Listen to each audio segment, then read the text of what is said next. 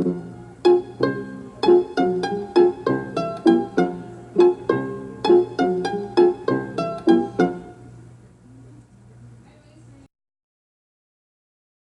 live, what, about 300 feet apart? Yeah. 400 the most. Wasn't much. Wasn't much. Back then, there wasn't a whole lot going on up in Hartford, was it? No, as I remember, you know, I guess, I'm trying to think the first time, I don't even remember the first time we ever met. No, I don't either. I remember the first, there was Tom McGaw Yeah. and Harry Pullum in our class. Yeah, Harry Pullum. Yeah. So we only had, as I remember it, we only had 4 boys in the class. Yeah, let me see. Yeah. Probably. Yeah. And we went to a 3-room schoolhouse. And I don't know if you remember this, but remember when we were in, I guess, I was 10, I know, because you had to be 10 years old to join the 4-H club. Yeah. And I guess we had just joined the 4-H club. And so they had a club meeting at school, the first 4-H meeting that I ever went to. And we were in the 8th grade room. Yeah. And I guess we were probably in the 5th grade. And right before the meeting started, somebody dared me to take lipstick and smear it on this 8th grade guy's face. Remember Shannon, what was the guy's name that lived in Trail Holler? Shannon? Oh, Shannon Phillips. Phillips. Yeah, Shannon Phillips. And he was a big kid. Big kid, big kid. and I did it, and oh God, I knew at recess I was going to pay. And remember where the toilet, we had an outdoor toilet. Oh yeah, pretty good ways from the school. Yeah, and they got me in the outdoor toilet and backed me up in the corner and beat the ever-living shit out of me. I never will forget that. Yeah, he's still living up there. Is he really? Yeah, he was a nice guy, yeah. but he was upset. But they wore me out. But I don't remember, I remember the first TV that I ever saw. And I guess, I'm trying to remember whether you all had it or Claymore had it. Claymore, I believe. Yeah. Yeah, I believe he did. I remember the old store on the left out there. You come by our place and you turn right. Yeah, Rube, what was his name? Had a store there. What is it, Breed? No, No. maybe it was somebody else. I remember the store. Yeah, it was, Jimmy's parents ran a country store across the road from me, and my Becky yeah. ran it. Becky, who was my grandmother's aunt, Yeah, ran a store, and she was the postmaster right. when we were little You boys. remember she got us involved in collecting coins. Remember that? Oh, that's right. And I I've still got it. You're kidding. No, remember she got those blue Little books. coins? Yeah. Well, Yeah. I've still got them. They're in my safe. Well, I'll be darned. I remember that, and Yeah. I think my mother had some of those that I had for years. Oh, remember we'd sit down there and go through those coins all the time. Yeah, because she always got a lot of money. Yeah, a lot of money. Yeah. Looking for And certain coins and all that. So. she lived next to me, and my great-grandmother was her sister, was Becky's sister, and Becky was I don't know this, but my feeling was she was the richest person in the community. Oh yeah, I think she was. Yeah. Yeah, and you remember when she passed away, they buried her in that casket that was airtight. Yeah, And I remember that morning she died. yeah, I remember seeing that. I'd never seen one before. You know. Yeah. But the first TV I ever saw. We went to, I guess, Clay Moore's house. I was thinking it was your house. No, Maybe it wasn't. no, it was either Claymore or there was somebody else out there. It could have been, but Clay, I think, is the person. But I remember, I don't remember what we saw, and I want to say it was the Lone Ranger or something like that. Yeah, some Western. And my grandfather said he'd never have one of those TVs.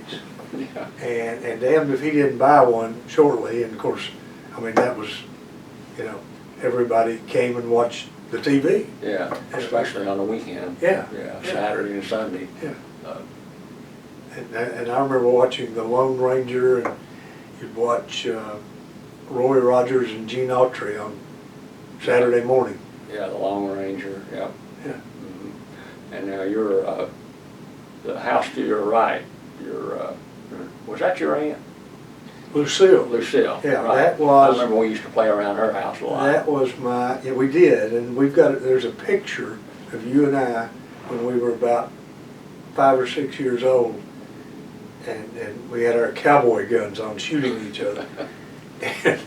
and she was Becky's daughter, and she was the principal of the school, and where Jimmy and I went. And I don't know, I was 5 when I started school, and you were probably already 6, I guess. Your birthday in January, right? Yeah. And you're 49. and you were Yeah, I was 48. February 48. Right, Yeah. and so you're a year older. And, but I remember going to Ms. Moore's class. Oh, yeah, I remember. Yeah. Yeah. Yeah. I used to drop my pencil so I could look up her dress. Yeah. I've always liked Go back women. and, yeah, well, she had it very well endowed. Yeah, she was. Everybody go and ask her question. What's that word? And she was young. Oh, yeah, she was very young. Yeah. She's still living. Yeah, I know. I saw her a couple of years ago at a Cosby High School thing. Oh, did you? Yeah, I went up there. Yeah. And yeah, she's probably 84. Oh, maybe. yeah, at least. Yeah. Yeah, she'd have to be. Yeah. You know, she's in her 20s when we were 6 or 7. Well, the thing I remember too is that we had never seen, and I'm going to say this and you tell me if I'm wrong, we had never seen a basketball goal until we were in the 8th grade. Yeah, they built that new... No, before that. Before Remember when Sebo Ford was our principal? Yeah, I remember that. And he came and put an outside goal up? Do you remember? Nah, I don't. Nah. I mean, I remember we got a lot of bites around that basketball goal. We did? Me and Ronnie Fraser. Yeah. I mean, I don't know how many times we got him. Yeah, Ronnie was always hard to deal with. Yeah, I'd end up, he'd hit me or something, and here we'd go. Yeah. You know? Oh, I know. I remember that part, but I don't remember exactly when they put it up. Yeah. But I know, yeah. I know my mother took me up there when I was real small on that playground up there. Remember how it was all sand out there in front of the school, the old school? Had a big flat field there. Yeah, that's where we played baseball. Played baseball in the old outhouse, or the boys' room was way on up Yeah. the far end of that field. Right. And I remember my mother taking me up there and making me learn how to drive that pickup truck. Oh, You know? Ronnie Fraser, I hadn't thought of him. He died. Yeah, he Cancer. did. Yeah, he did. Cancer A died. long time ago, too. Yeah, he did. Yeah, he died very young. And You remember that time we snuck off, and I don't know where we'd gone to Cosby to meet a couple of girls or something or other, and you had the wreck coming down the hill. oh my God, And I'll tore your never knees forget up, that. and I'll then never forget that. We got home, and We had bicycles, and we had ridden from Hartford to Cosby, but I don't remember why. it was a couple of girls over there somewhere Oh. that we went. But we were just in the 8th grade or Yeah, something. something. And it was on Sunday, because I had my Sunday pants on that Mother made me go to church in.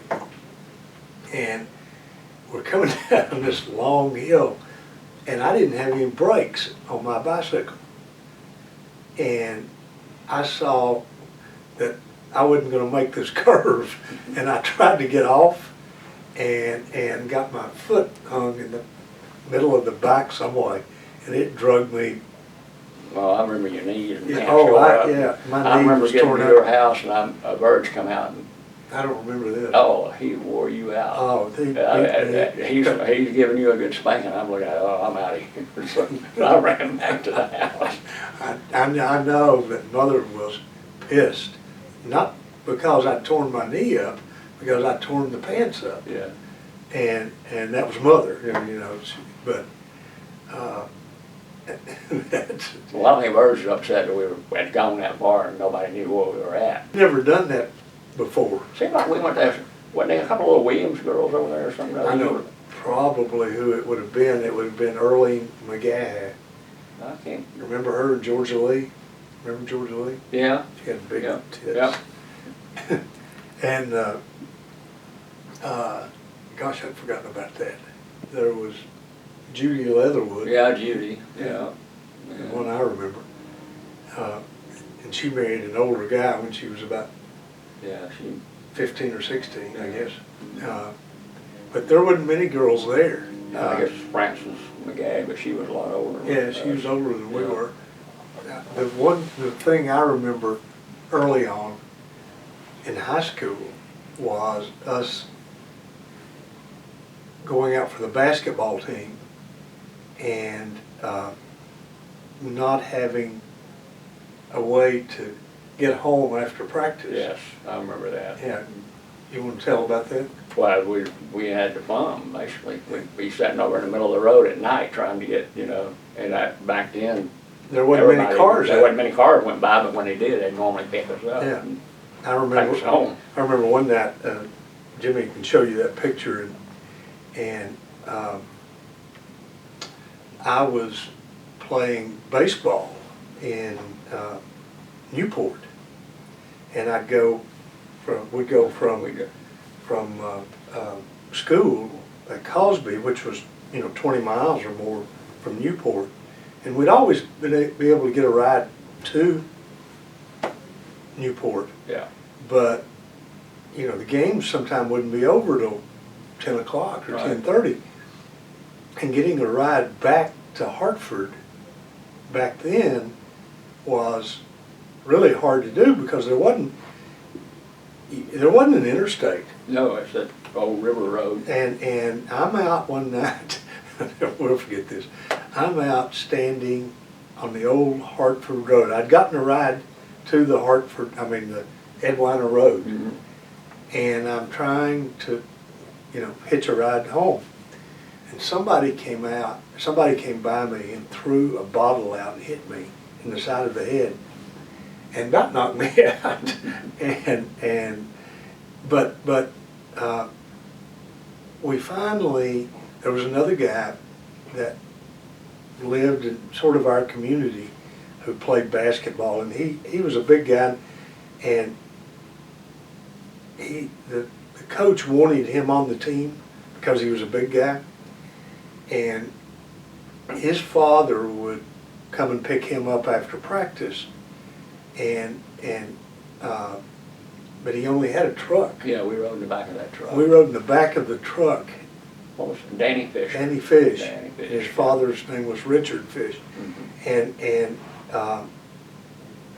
It was nice of him to let us ride in the back of the truck, but it was really, he really didn't want to let us ride in the front. And sometimes there'd be room and he wouldn't let us ride. Yeah. But it was, I remember it being so cold. You play basketball in the winter and it was so cold, but our parents, my dad worked at night, so he couldn't do it. Yeah. My mother wouldn't do it, and so it was just, I guess she couldn't have, because we only had one car. Mm-hmm. But I remember all those nights in the back of that truck. Yeah, it was very cold. And then, I never got to play a whole lot. on that team. Well, obviously, I didn't get to play. Yeah, all I was there for is to guard old Randall Bradley, remember? Yeah. Oh, boy. In practice, Randall Bradley was this 6'10", 6'8" guy, but he only weighed about 150 pounds. But if he hit you with an elbow, it was like a razor blade. Yeah, Wow. I mean, he hit me one time. I won't forget that. But and we had a pretty decent basketball team. Oh, we could have had a really good basketball. Should have had. Yeah. What? Ralph Hill was one of the shortest guys on the team Yeah. that played. Yeah. And he was 6'1", I believe, or 6 foot. He was a good player. Yeah. But they just never gelled together. Mm-hmm. They really didn't. I mean, they had some talent, but we didn't have a very good record. You still keep up with Ray, right? Ray Carver? I do. Yeah. I see him occasionally. I see Ralph Hill more than I. Oh, do you? Yeah, because we just actually Lance represented Ralph in his last divorce recently, and he's had a lot of heart problems. Yeah, somebody told me that. He's had bypass at least twice. That's what somebody told me. But he's doing well. Mm-hmm. He's doing well, and Ray has had a lot of illness. Oh, has he? He has. I don't know exactly, but remember Raymond Large? Yeah. Oh, yeah. Yeah. Now he was a lawyer too, right? He was over in Waynesville. He was, and he and I went to law school together. But Raymond, you used to fight with Ronnie Frazier. I always fought with Raymond. Yeah. I mean, we fought.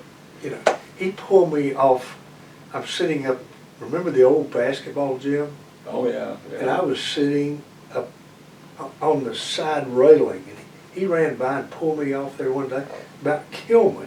I landed on my back, and we fought that whole time. But it turned out when we went to law school, we were best friends, and he was a great guy, and he married Melvin Laird's daughter. Melvin Laird was the Secretary of Defense under Nixon. Oh, really? Yeah. I didn't know that. And Raymond married his daughter, practiced in North Carolina, and just when he was in his 50s, got cancer and died. Right, yeah. I knew that. Yeah. Great guy. At one time, Hartford was a pretty booming place. Well, it was a booming place in the 30s because it was a lumber mill town. And this company, I think the Boyce Lumber Company, had moved into Hartford, and they actually had a railroad run through the middle of Hartford, and it would go up in the mountains and load timber, logs, and bring them back out. And Hartford was a booming little place. It had its own movie theater and that kind of thing in the 30s and 40s. Of course, Jimmy and I never saw that. By the time we were born, it was what was left, maybe 100 people. Yeah. So, like I said, there were only 4 boys in our class and maybe 4 girls that I remember. Yeah. So it was very small. It had a post office and a post office. Yeah. Well, when we were real small, they had, 3 little stores? Mm-hmm. Yeah. Jimmy's parents ran one store. And your aunt. Aunt Becky ran one, and there was another R.B. something. R.B. Laws. R.B. Laws. Yeah, R.B. Laws. Yeah. Ran that may be the person that had the first TV. I'm not sure. It might have been. It was either him or the Clay one. But no, there wasn't anything. There wasn't anything to do. But the great thing was that you could get on your bicycle and ride anywhere you wanted to go. And I never will forget getting my first bicycle, and that meant freedom. That meant transportation. Yeah. And you could play baseball all day long, which we did. That's about all we did. Play baseball, basketball, whatever. Yeah. And then come home at night, and that was it, without fear of anybody bothering you, other than you had a fight occasionally. Yeah. And we always walked to school. We lived about half a mile. Yeah. We would play baseball in my yard, and we would hit the ball into the Pigeon River, and my earliest memory of hitting a ball in the river and going to get it was the river was completely black. It was black as Jimmy's, black as my sweater. And but you know, we didn't know. I didn't know that rivers were supposed to be clean. I thought all rivers were like our river, the Pigeon River, and it had foam on it, and it was awful. Oh, just like coffee. I remember. I mean, we swam in it all the time. Yeah. I mean, I'll tell you what. What was so funny for me, I used to get poison ivy. If I got within a mile of it, I'd get it, and you'd always scratch your pecker, and my pecker my balls would swell up, and all you had to do was go jump in the river, and it would kill everything. yeah, It would, I mean, literally, you didn't have to put anything on it. It would kill poison ivy. It would just go away. We used to skinny dip all the time in that river. Oh, never wore it. Never had a swimsuit. We didn't have to. No, nobody around. Yeah. After I got up in my 30s, I decided I was going to try to get the TVA or Game and Fish Commission to stock it and make it a trophy only. So they would bring in some money to that community, and Gordon had been working and getting it cleaned up for, I don't know, how many years did you? Started in the early '90s, and we're still, we're still doing it. They've sold the company to a New Zealand owner, and he is the, I think, 10th or 11th richest man in the world. And for a few years, the Champion sold it to the employees, or the employees owned part of it, and it had gotten better. But in the last few years, since the New Zealand owner owns it, he put another paper machine in the mill, and which makes, I think, 3 now, and they run 24 hours a day, 7 days a week, and it's gotten, the color hadn't gotten bad again, but there's foam on the river now that you didn't see. That's what I've been 5 told. years ago or 10 years ago, and now the environmental concerns on the Tennessee side of the river.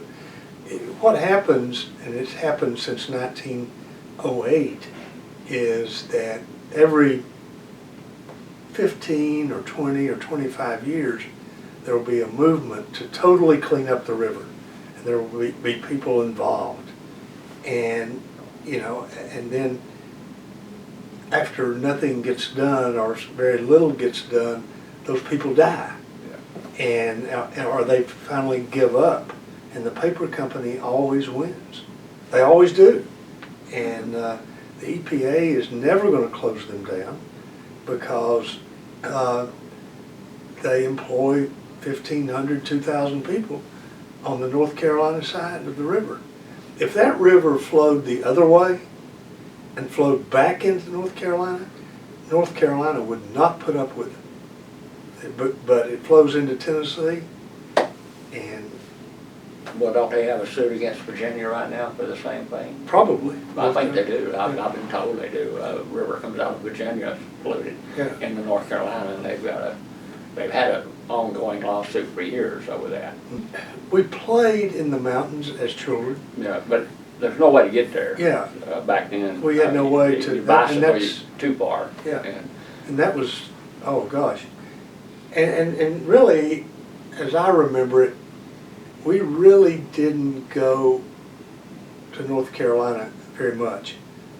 No, no, the road, that road went to Grassy Fork. Right. And went on up to Waterville, but it wasn't a very good road. And it seemed like we did go up there to that little picnic area that Carolina. Yeah, we'd go up swimming up there a lot. We'd go swimming up there that in was the summertime. really cold. It was in the clear creek. Water. It was Big Creek. Big Creek ran out of North Carolina into the Pigeon, and where it came together, and of course the pigeon would just consume Big Creek. Right, yeah. And we would go, there's a power plant that sits right on the North Carolina-Tennessee border, it's still there. Yeah. And we would go above that power plant and swim. And jump off that bridge, remember jumping? Yeah, oh yeah. Yeah, we'd jump off the bridge into the creek and some great times. But that was a sort of a treat to get to go do that. Mhm. Yeah. It was It was not a Sunday something- afternoon a lot of Yeah, times, yeah. you know, after church, Yeah. you'd get to go up there. Yeah, And, I remember the church we went to. oh yeah, my grandfather was a preacher, remember? Oh, Dad Davis. that's right, he Yeah. was, I'd forgotten about that. I remember, I used to God, I sneak out. hated to go to church. Oh, Lord, I'd sneak out, remember the classroom, Sunday school, and back in the back, I would go down and sneak out of that and go home. My mom and dad, half the time they didn't realize I wasn't there. Oh, I'd forgotten he was the preacher. Yeah. I remember my mother made me go, and I just hated to go. I got in a fight with Quentin Frazier one time in church. Well, I hadn't heard that name in a long time. Whatever happened to him? I don't know. I don't have a clue. I have no idea. I have no idea. But I remember that. Had what, one or two teachers? We had Betty Moore did first, second, third, and then then Martha Laws did fourth, fifth, and sixth. sixth, and then, But we had different teachers in sixth, seventh, and eighth. yeah, Fisher. Ms. Fish. Yeah, Mrs. Fish, yeah. Yeah. And we had her, and And Sebo Ford. Sebo, Yeah, yeah. it was poor old Sebo. You won't remember this, but Sebo whipped me one time. And he, I guess we were in the sixth grade. And I loved history. And I had already read the eighth grade history book. And Sebo he had like a 2-year teaching certificate. Really nice guy. And he was teaching the eighth grade class history, the eighth grade history. And I'm sitting over there and I'm listening to the eighth grade class. And he tells the eighth grade class that that Thomas Jefferson signed the Emancipation Proclamation. And I'm sitting there thinking, that's wrong. And I guess I raised my hand or said something. I said, that's not possible. He died July the 4th, 1826. The Emancipation Proclamation wasn't signed until 1863. And he got mad and jerked me up and whipped me in front of the class. And I said, well, you whip me all you want to, but that's not going to change the facts. Yeah. And years later, I'm trying a lawsuit in Newport, and he got called for jury service. And I kept him on that jury. And he told all the jurors that story. So, you know, and we won the case. He was on our side. But, you know, it was a fun way to go to school, I thought. Think about it. I mean, by the time you got in the eighth grade, you knew what they were going to study. Yeah, you sat in the same classroom with them. It was easy. I mean, So you heard you've everything been went doing on it in all for 3 three years. classes, you know. So So, it was easy. But high school was, for me, I always thought I could have gone straight from the eighth grade and skipped college and high school. I don't think I learned anything in high school that was of any benefit to me, or college particularly, because I just didn't take it seriously. Did you? oh, no, I've seen it, you know. I never. In our never profession, did. we could have gone, we literally could have gone from the eighth grade to what we did and learned. And you know, I realize there's a growing up process, and mentally, but otherwise, but I truly believe I could have gone from the eighth grade to law school and never missed a beat. You remember the time I got in a fight with the bus driver and got thrown off the bus? No. You remember that? No. The bus driver, Roy Clark and Tony Rogers, I got in a fight with both of them. Roy Clark, yeah, I hadn't heard that name. Yeah. And I got thrown off the bus, and then I had to ride to school with Harold Moore. Remember him? Yeah, oh yeah, I remember Harold, yeah. Mm-hmm. We had a teacher, his name was Harold Moore, and Harold he was probably 10 years older than we were. Yeah. But he'd been in the Army. Flew helicopters. Flew helicopters, and he'd gotten out of the Army and come back to live in Hartford with his parents, and he was the high school history teacher. So I get thrown off the bus my senior year, because I'm always in something my senior year. I've been expelled 2 or 3 times. And Mr. Bryant didn't care much for me. He was the principal. And so I had to ride to school with Harold, the history teacher. And of course he played baseball with us. And we played football. Remember we used to get in the knockdown dragouts playing football with him. Yeah, because he was a big guy. Big old boy. I mean, a lot bigger than we were. Yeah. And it turned out the year after, I guess, we had graduated. Were you a year behind me? Yeah. They held me back that 1 year, remember? Because I wouldn't apply myself. Yeah. Yeah. Because you were a year behind me in high school. Yeah. So when I went to college, my girlfriend was in the same class as Jim, and she would write me letters, and she would say she had Mr. Moore for history, and you did too, and how strange he was acting. Yeah, I remember. And it turned out he was severely bipolar. Yeah. And he had married this beautiful woman, and one morning he murdered her. And I'll never forget that, because it was I was in college, and I had come home.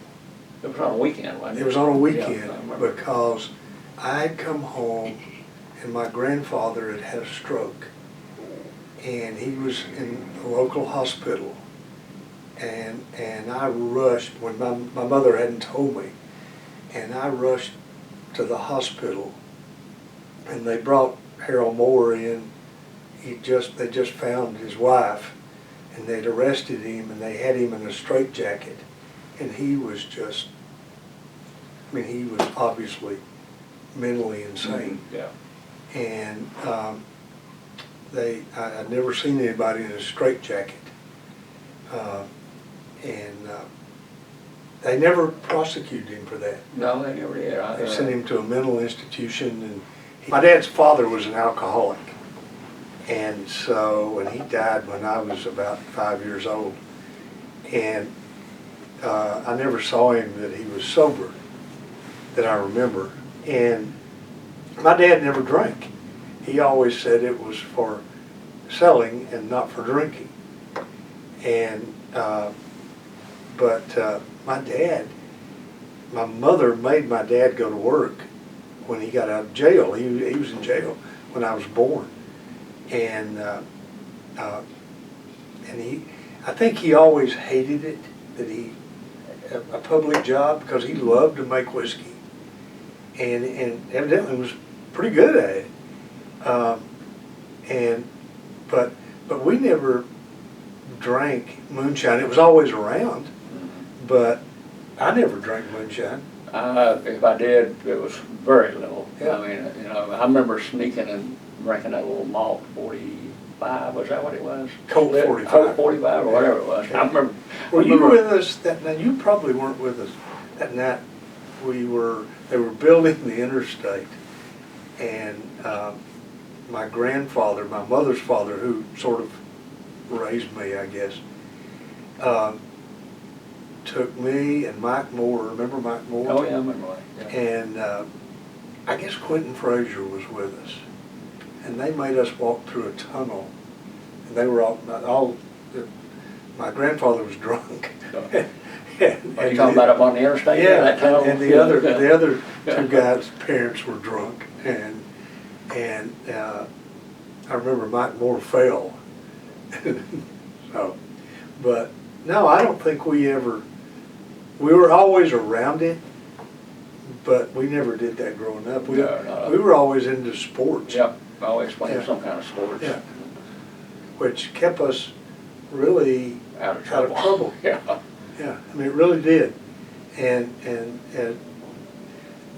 the older guys in our community had a baseball team, and Jimmy and I always played with them. Mm-hmm. Yeah. Yeah.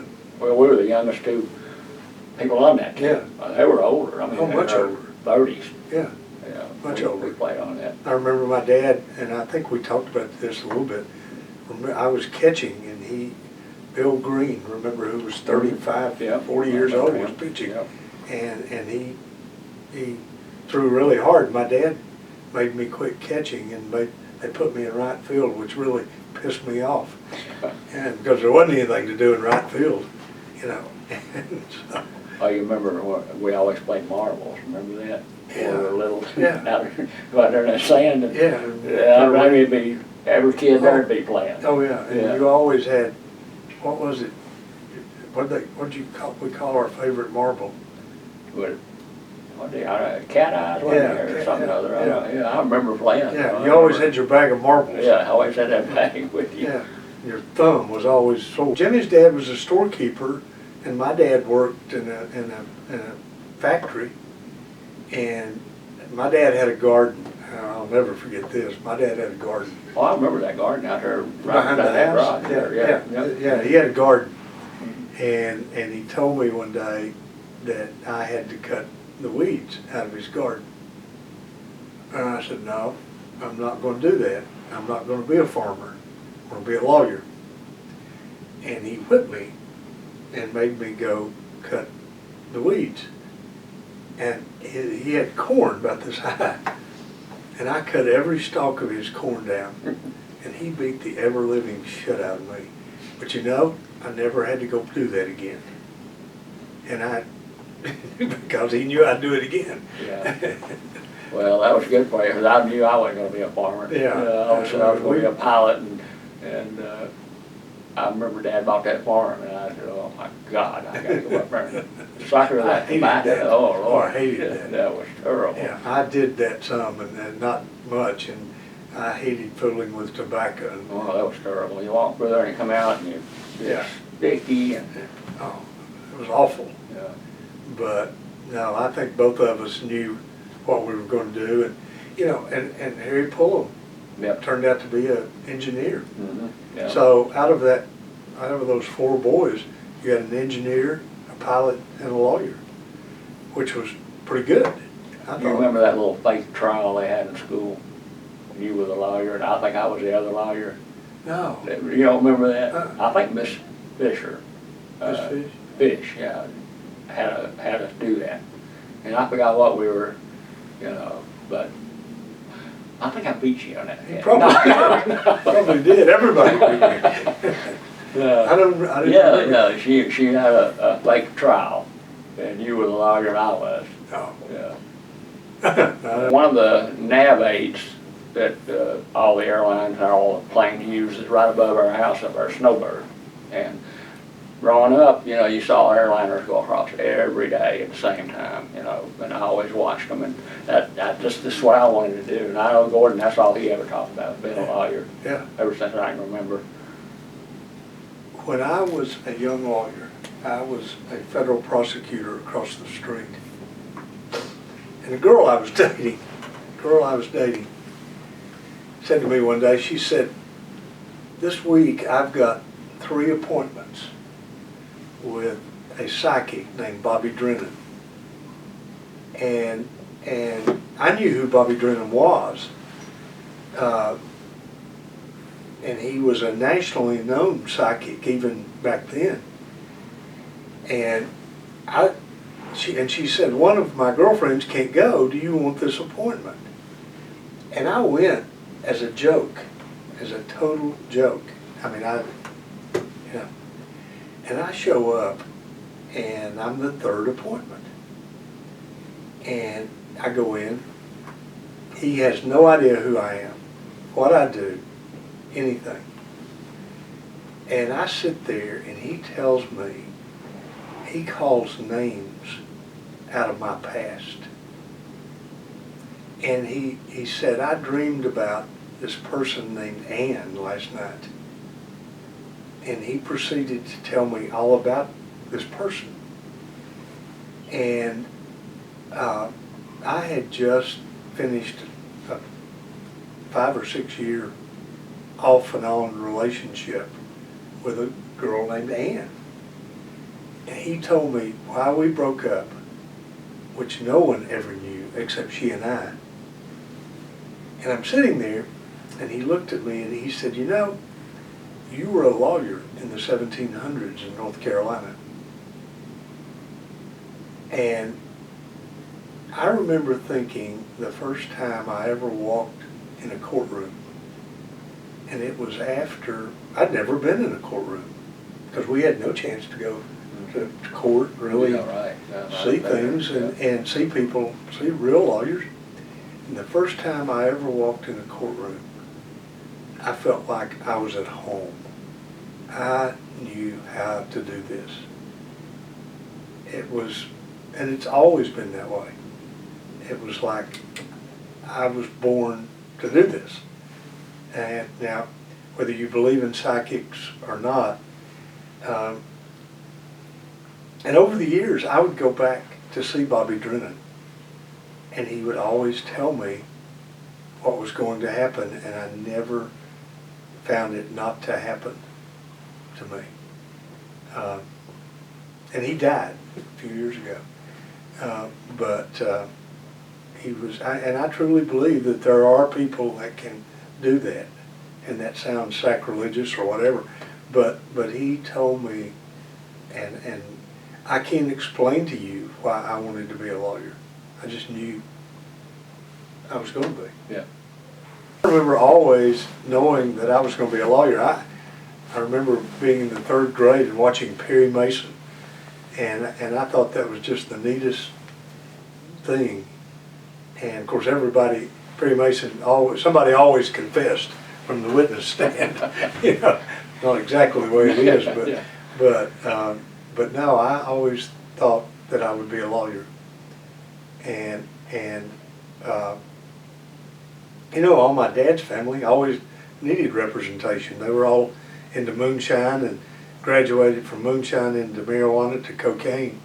So there was always going to be business. Well, there's in Cotton County. Yeah, a lot of people in there's Cotton always County going to be business. A lot of our friends needed help too. Yeah. How about old Harold Rooms? You ever hear from him anymore? Or? I see Harold. I saw him when Gary died. My brother died. Yeah. He came to the funeral, and this is a guy that we went to high school with, and Harold was. We'll talk about this later, but Harold was my client in the great microwave oven caper. And I got out of the military and I had no road runner. I blew the engine on it one night.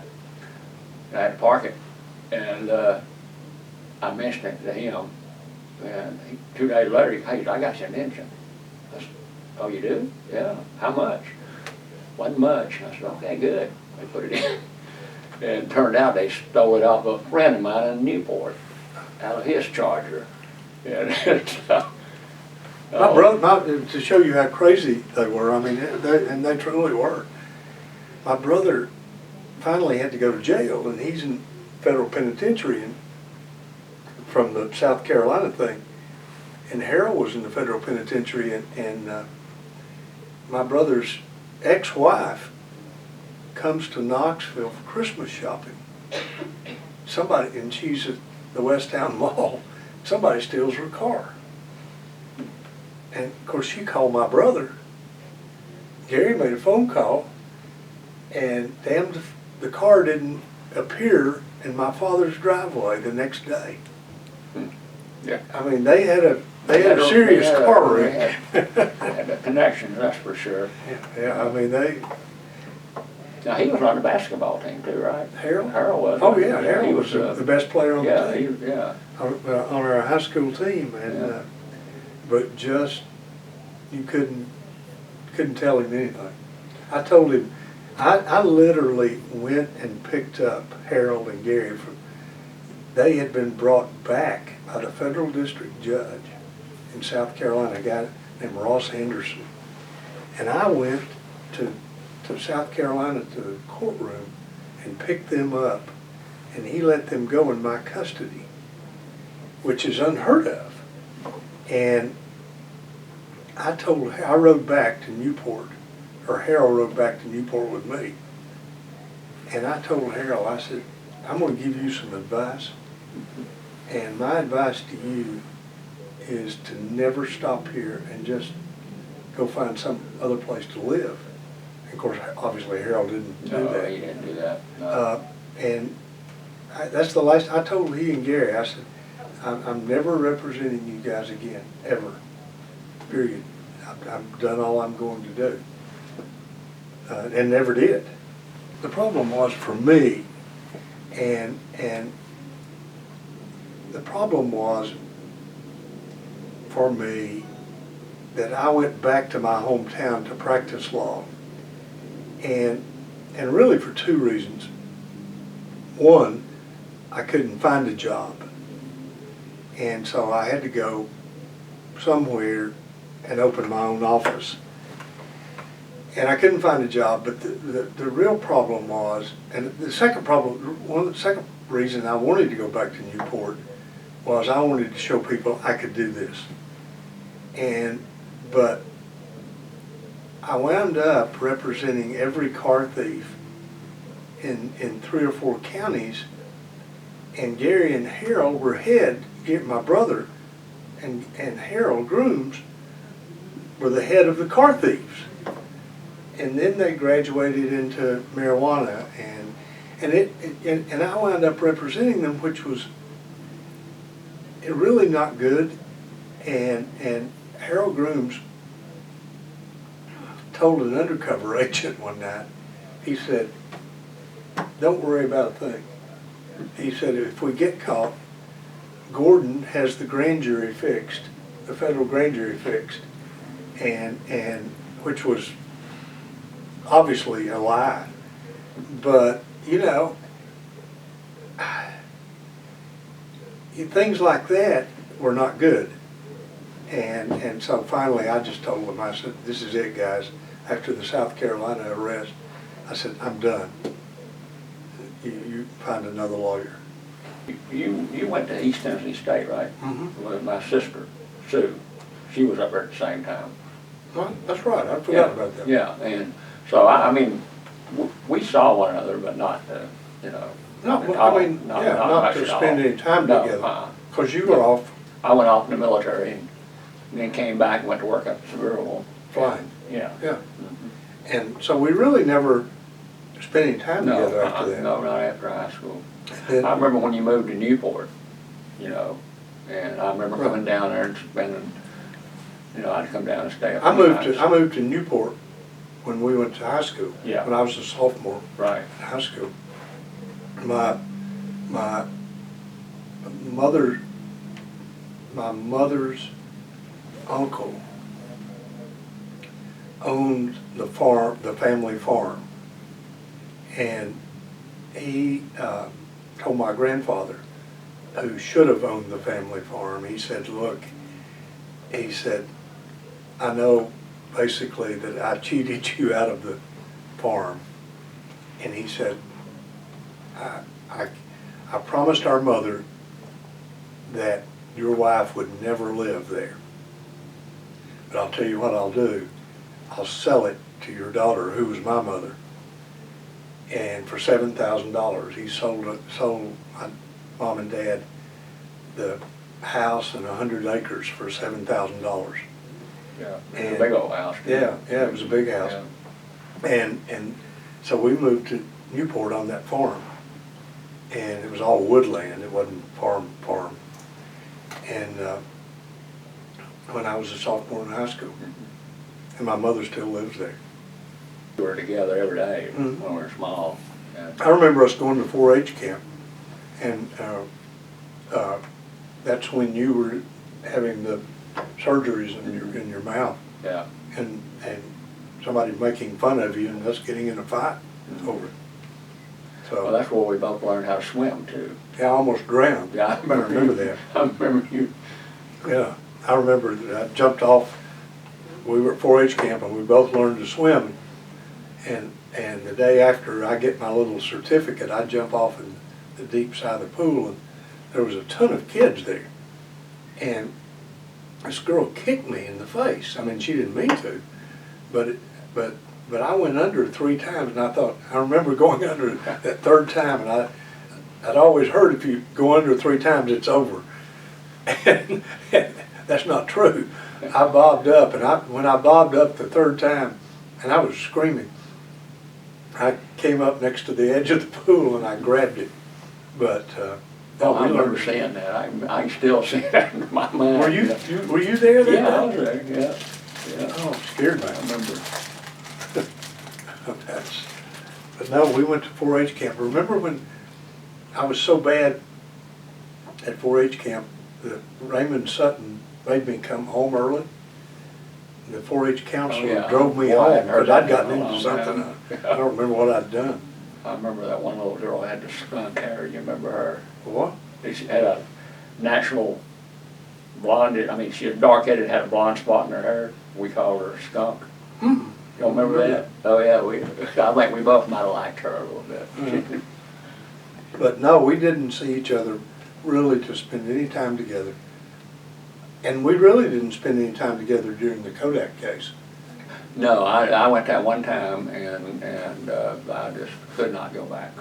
I would not go back. And I mean, I know we talked on the phone a time or two, but other than that, Did you ever come to the trial? One time, I came one day and I just could not go back. So never did. That was an awful, awful thing. And the sad thing was, Cotton County was a different world to live in. I don't think either one of us could ever live there again. No, I couldn't. But you either stayed there and became part of it, or you left and never went back. Yeah.